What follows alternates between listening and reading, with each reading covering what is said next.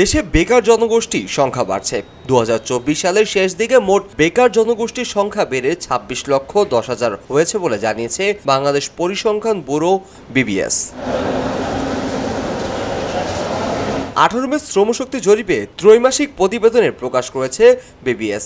এতে দেখা যায় 2024 সালের অক্টোবর-ডিসেম্বর সময়ে তার আগের 3 মাসের তুলনায় বেকার বেড়েছে 60,000।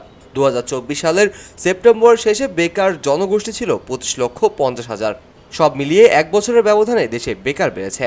2024 সালে দেশে বেকারত্বের হার ছিল 4.48%। অন্যদিকে 2023 সালের দিকে 4.15%।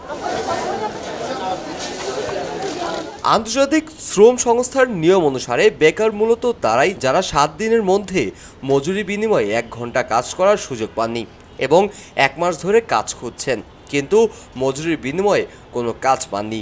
BBS এই নিয়ম অনুসারেই বেকারের হিসাব দিয়ে থাকে।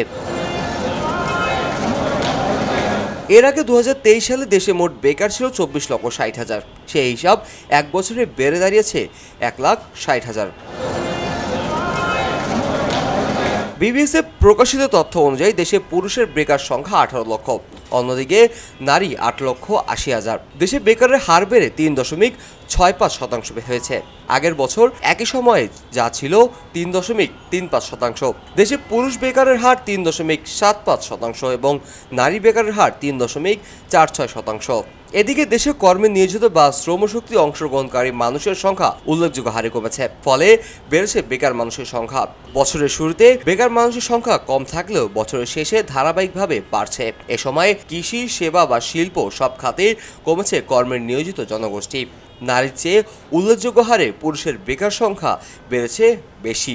খবরের কাগজ, নিখাদ, নির্ভীক, নিরপেক্ষ।